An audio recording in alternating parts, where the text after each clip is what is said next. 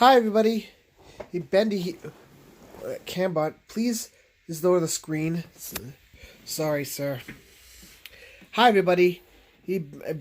Welcome, Bendy here. Welcome back to Science Month, everyone. And we're going to be continuing and keeping on track with Science Month. And the theme of it, I decided we should react to another video called another video related to Science Month, known as the Top Star Trek Episodes, by comic book reviewer Linkara. So I'll leave a link in the description down below, and let's get started, everyone. I think it's pretty well established by now that I'm a Star Trek fan. I've read novels, behind-the-scenes information, I've been part of Star Trek RPGs and Star Trek Online, I've got Star Trek nitpicking books, games, and of course I've watched every episode of almost every series. The only thing I haven't seen is the animated series, which every time I try to watch I give up after about 5 minutes. Not to say they're bad, Oh yeah. Some of them are really bad, but they just can't Oh seem to yeah, hold I've my seen interest. some of those. And of course, everybody has their favorites. I could try to go through every series and list off my favorites in each one, but I feel that would be way more time consuming than I want it to be. Plus, it's the 50th anniversary, so I should be celebrating the entire franchise. As such, these are my top 15 personal favorite episodes of Star Trek from all the television series. Alright, let's get to it. There are still a hell of a lot more good episodes in all of them, but True. these are the 15 that I love above others. Number 15, Spectre of the Gun from the original series. This is admittedly an odd one to have on here and probably won't be among most people's lists of top episodes, but I like it. The Enterprise is venturing out into an uncharted area of space and have been ordered to establish diplomatic relations with aliens in the region. However, the aliens keep telling them to leave, that they aren't interested in contact with them. Kirk, however, presses on in spite of the warning. Pissed off that the warning was ignored, the aliens construct a scenario to punish them for their intrusion, plucked from Kirk's mind. The scenario chosen is the historical gunfight between the Clantons and the Earps at the OK Corral back in the Old West. However, the illusion is incomplete and changed. Chekhov, who has assumed the role of Billy Claiborne, is shot dead before the fight, despite the fact that Billy Claiborne survived the gunfight in history. In addition, buildings lack walls and objects seem to hang in the air purposeless. It gives everything a very surreal atmosphere, like it's a dream, and it honestly works in this. However, the reason I like this episode so much is all about the writing. The thing that pisses me off so often in fiction is when characters act completely stupid, avoiding the obvious and easy solutions out of a situation. Here, though, they think of everything that anyone else would think of. Why don't they just leave town? They try, it doesn't work. Why don't they try to make friends with the Earps? They try, it doesn't work. Okay, try organizing the townspeople against them. They seem to dislike the Earps. They try, it doesn't work. Okay.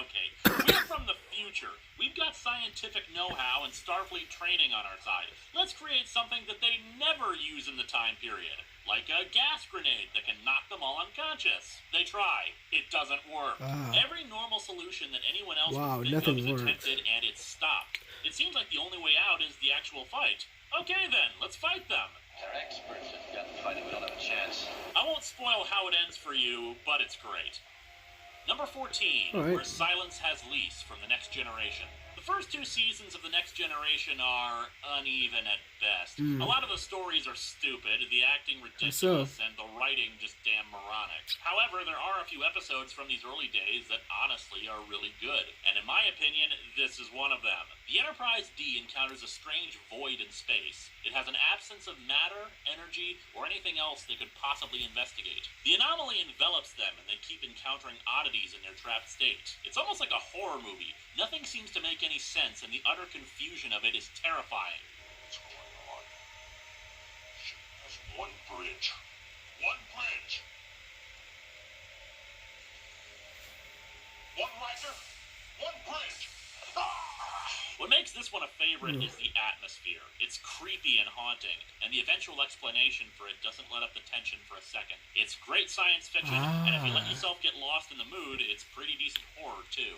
Number 13, United from Star Trek Enterprise. You'll notice that there aren't a lot of Voyager or Enterprise episodes on this list. That's because I honestly dislike those two series more than the others, I with see. Deep Space Nine being my favorite. Enterprise struggled a lot in its early days, not only because of fatigue from Star Trek Voyager, but laughably insulting and morally offensive episodes where we're supposed to root for a bunch of morons who then preach to us about how they're so much better than everybody else. It got tiring pretty quickly, despite a few decent episodes. But by the third season, they decided to try something different, doing a season-long arc that reinvigorated interest in the show and actually started to do some good. Season 4 was sadly the final season, despite improved ratings, but it tends to have a lot more good episodes in it than others, and this is one of them.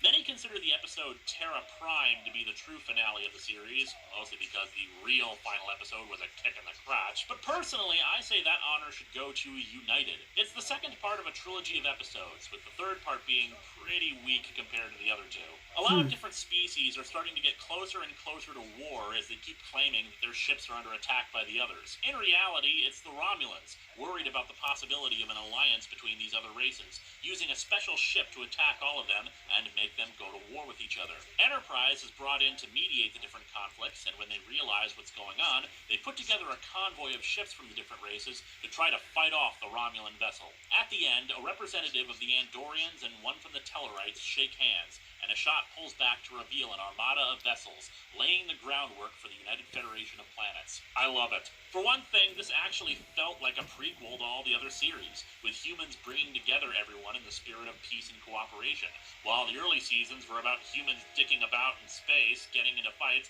or having the captain be kidnapped or taken hostage in half the episodes. Seriously. United, however, shows what the series should have been about, laying down the foundation upon which every other show would boldly go where no one has gone before. This operation is important, considering that it might lead to an alliance of planets. Number 12, Mirror Mirror from the original series. Even if you've never seen this episode, chances are you know the idea, or at least have seen a spoof of it. Hell, you've even seen my spoof of it. I remember that guy.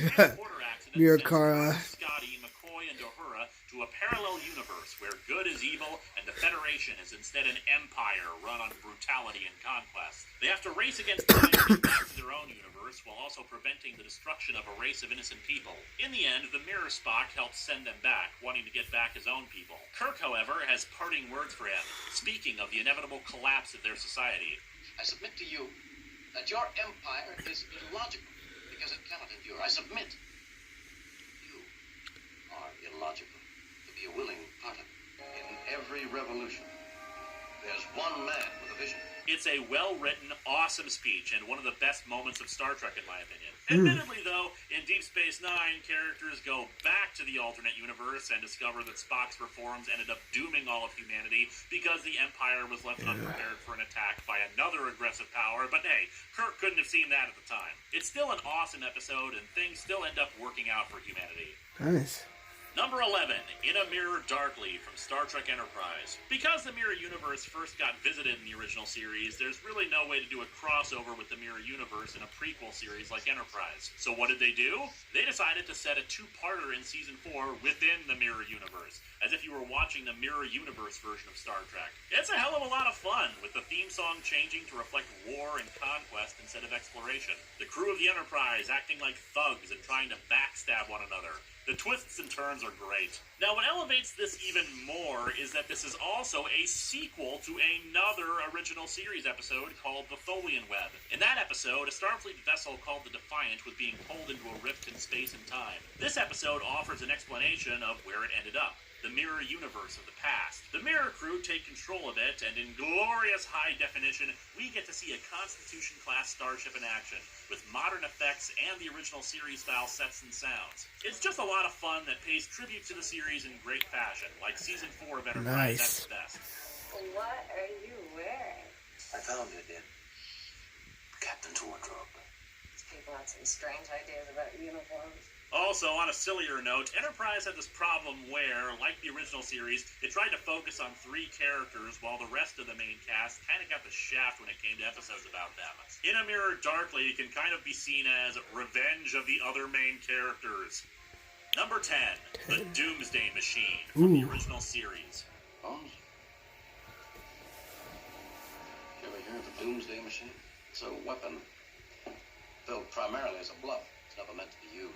So strong it could destroy both sides in a war. An entire solar system has been destroyed, save for its sun, and another starship called the Constellation is found nearby in a wreck. Its commanding officer, Commodore Decker, explains how his crew was killed because of his error when a giant engine of destruction came and annihilated everything in its path. They say there's no devil, Jim. But there is right out of hell. I saw it. It's hard to say why I like this one above other original series episodes, but I really do. Maybe it's the acting, with a great performance by William Wyndham as Commodore Decker, now obsessed with destroying the planet killer. Maybe it's the tension as they try to figure out a way to stop this thing before it kills anyone else. I don't know, but it's a fantastic episode, with smart writing, great acting, and a good, healthy dose of sci-fi action. I recommend watching this one in the remastered edition, since the new effects help create better battle sequences than what they could do in the 1960s. The creators of the remastered Star Trek took great care not to make the shots outlive their welcome and only fit in the time allotted by the original episode. It's the same as the original, but with better effects. Nice. Number 9, The Forgotten from Star Trek Enterprise. There's a lot of backstory with this, but here's a summary. Earth was attacked at the end of Season 2 by a race called the Xindi, killing 7 million people, including Chief Engineer Tucker's younger sister. To try to stop the Xindi from completing a superweapon capable of destroying Earth completely, Enterprise has traveled into a vast expanse of space to find the Xindi. They do eventually, but Enterprise gets the crap kicked out of them by the Xindi, killing a good chunk of their crew. While Captain Archer tries to negotiate with a rogue Xindi faction hoping for peace, Tucker tries to write a letter to the parents of one of his dead officers. It's one of the few times in Star Trek where the death of a random crew member actually has an impact. Tucker keeps running into problems with writing the letter and finally confesses what the problem is. I realize I'm not thinking about Taylor at all. I'm thinking about Elizabeth. I tried not to see her any differently than the other 7 million. But she's my sister, it's Paul. My movie sister. One of the many reasons I disliked early Enterprise is because it seemed to lack genuine humanity, genuine compassion and empathy, preferring smugness and arrogance about a situation, or just bottomless stupidity. In the final 2 seasons, we finally get to see honest-to-God character development. And let's face it, it's nice to actually remind ourselves that the people who get killed by the monster of the week on a planet had names, had lives, and they shouldn't just get brushed aside. Sure, Deep Space Nine did that too, as it explored the horrors of war in episodes like The Siege of AR-558, and that is indeed a great episode, but hey, this is my list, and I just like The Forgotten a little bit more. Number 8, Q-Who from The Next Generation. Like I said earlier, the first 2 seasons of The Next Generation... And this was a good episode. With mostly misses. Q-Who, however, is a big hit and laid the foundation upon which a lot of future Star Trek stories would be told. Q had only appeared twice before on the show in episodes that are kinda goofy and had more than a little wincing as you watched some really bad moralizing from Picard. Here, however... Perhaps what we most needed was a kick in our complacency to prepare us for what lies ahead.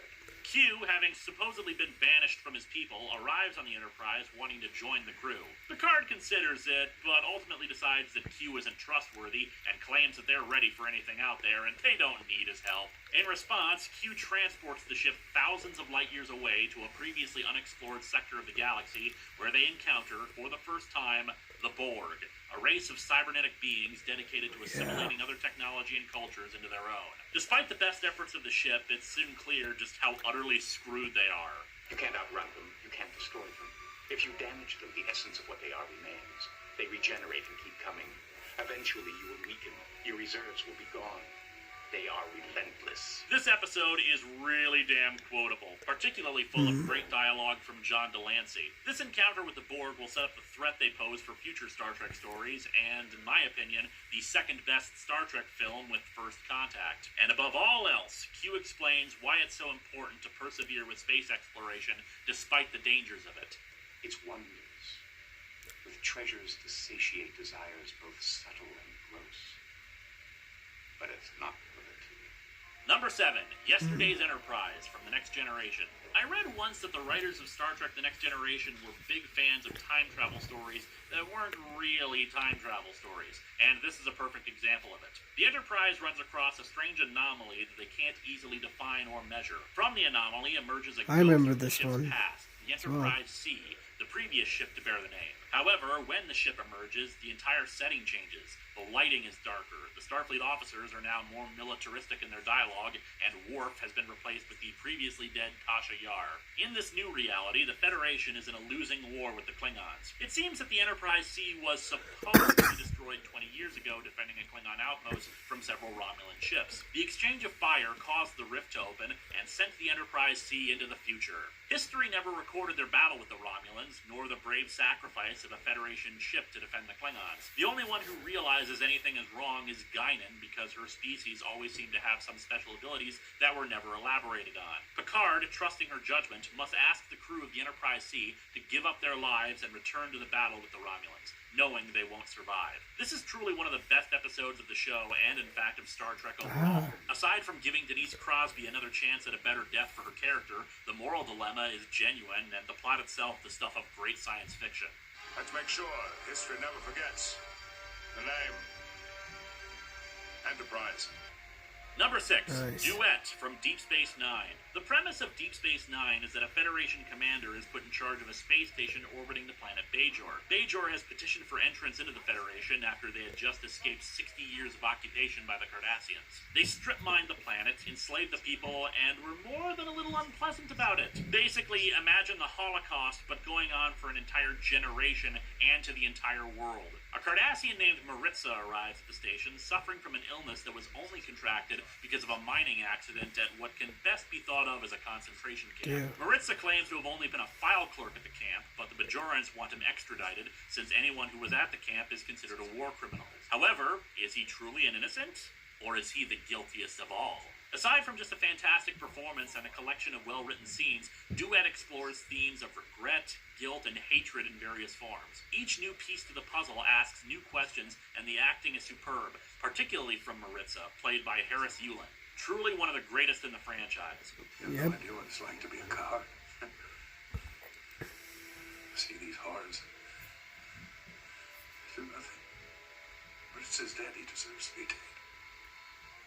Number 5, Scorpion from Voyager. Voyager's premise, in case you didn't know, is that a Federation ship is forced to the other side of the galaxy, about 70 years from home. Needing to also integrate a group of renegades into their crew, they're supposed to encounter new races, new phenomena, and have more conflict on it due to its mixed crew.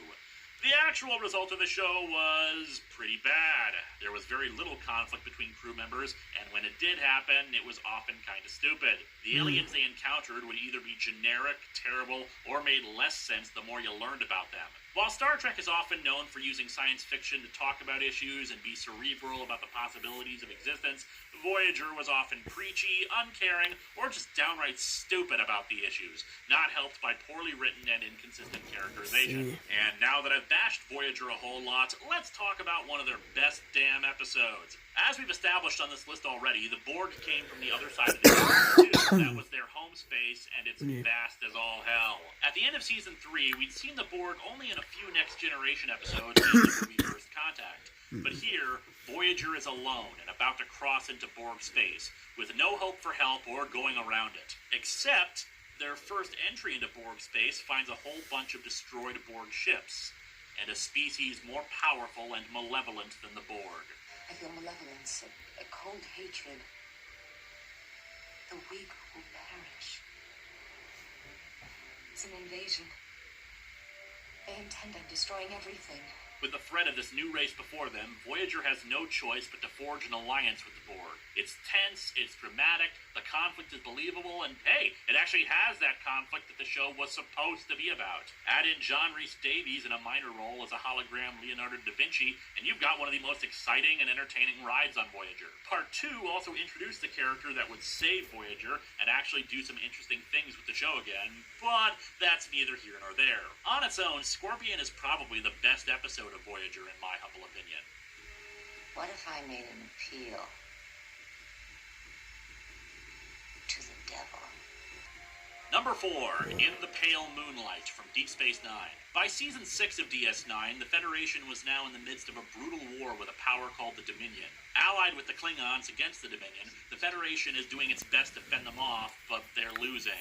Badly. Every other power in the quadrant has either joined with the Dominion or signed a non-aggression pact with them, which includes the Romulans. In this episode, told in flashback from Captain Sisko's perspective, as he lays it all out in his log, he admits his part in attempting to create a deception to trick the Romulans into joining the war on their side. Now, bear in mind, all of Star Trek up until this point has been all about how humanity is above such underhanded tactics, how we're so morally good, and we don't use cloaking technology because we don't sneak around, and yada yada yada. Look, the point is that this story is a confession. This is a story of a good man who is admitting to his crimes, all the terrible things he has done, and all for the greater good.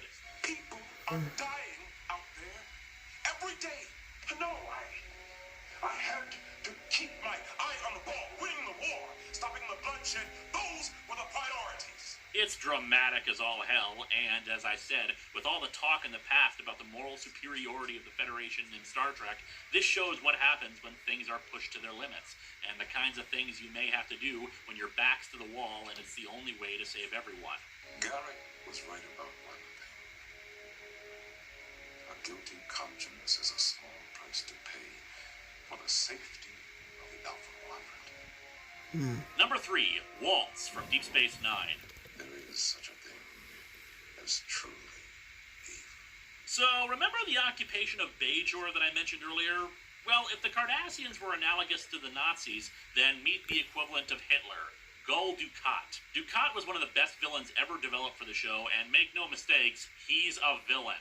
He did turn into more of an ally in the show for a season or two, and he does have his nobler points, but he's still a villain for the series, regardless of how you see him as a person. While he's imprisoned by the Federation, Sisko pays him a visit before he has to go to a preliminary hearing for the trial. The ship they're on is attacked, and the two crash land on a barely hospitable planet, taking shelter in a cave. While they wait for rescue and Sisko is with a broken arm, they start talking with one another, and we see just how unhinged Dukat has become. Anytime he steps away from Sisko, he sees other characters from the show talking to him. There are several ways to look at it, but I like to think they're different aspects of his own personality. His right-hand man, Damar, is his ego, telling him he's great and that others should recognize his greatness. His then-ally, Weyoun, is his mind's justifications for all the atrocities he's committed, saying that he's a lesser evil than the ones he works with. And then there's Kira. Kira, to me, is his conscience, his true self. Strip away his delusions of grandeur, and she sees him for who he truly is. You were a soldier and you had to carry out your orders. He doesn't believe that lame excuse any more than I do. This is growing tiresome. The episode is basically a two-man play. Two soldiers from opposing sides and one desperate for acknowledgement and recognition from the other, trying to defend every horrible thing he ever did as if he was fair and just. If I could, I would love to have this be performed on stage. It's that damn good. It always comes back to that, doesn't it? All my crimes, I'm such a monster, such an evil man. The best part is where Dukat starts breaking down as Sisko goads him on. His weak excuses for what he did during the occupation fall apart. His continued statements about how he wanted to help the Bajorans and was kind and fair to them disintegrate before he finally acknowledges the truth. And you hated them for it. Of course I hated them. I hated everything about him.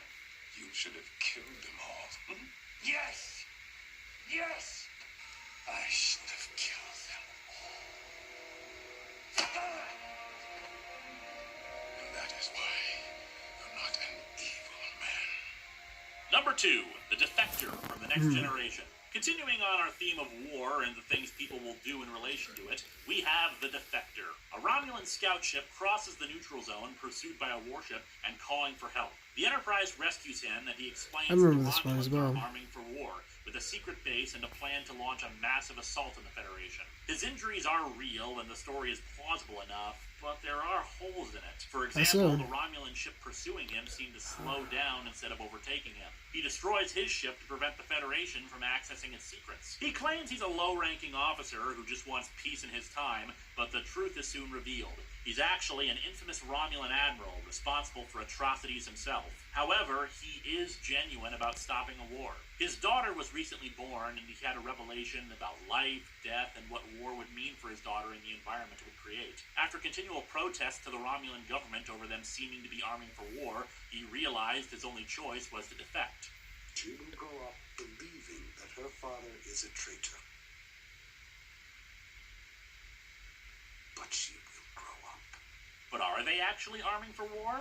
Why did they let him escape? This episode contains twists and turns all over the place, with great tension, music, dramatic parallels, acting, and just all around a great episode of television, and definitely one of the best episodes of Star Trek. Now, if these men do not die well, it will be a black matter for the king, who led them to it. And my number one favorite episode of Star Trek across all series is... We have engaged the Borg. This one. I remember this. This is an awesome I think episode. most people saw this coming, especially since this episode is considered by many to be the best episode of Star Trek in its entirety. I'm inclined to agree, though part 2 is of course not as good as the first one. This is the episode that established the Borg in all their glory and all their mythos. The tension, their unstoppability, assimilation, resistance is futile, etc., etc. The end of Q-Who had established that the Borg were coming, and the end of Season 3 showed them finally approaching. A single ship, and it wants Captain Picard. To facilitate our introduction into your societies, it has been decided that a human voice will speak for us in all communications.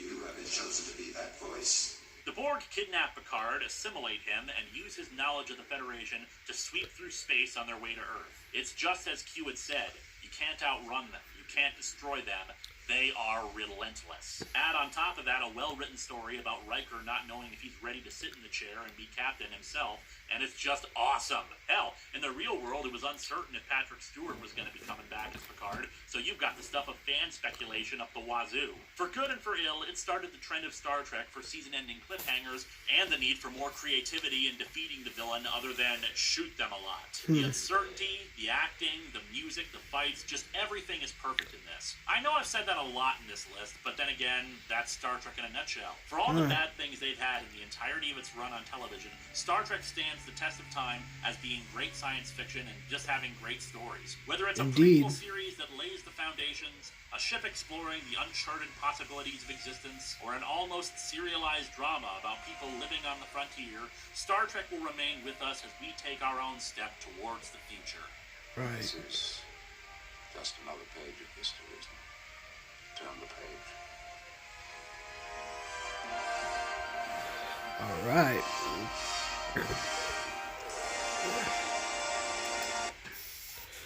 Well, everyone, that was it. That was the top 15 best Star Trek episodes, favorites from Linkara. And this was another good one. In fact, I'm quite a fan of Star Trek, the series. Anyway, guys, next time on Science Month, we are going to be going to a new one. We're going to be going back to the Fallout series, Fallout Storyteller series. So, guys, I'll see you guys next time. Until then, and bye-bye, everyone. Whoops.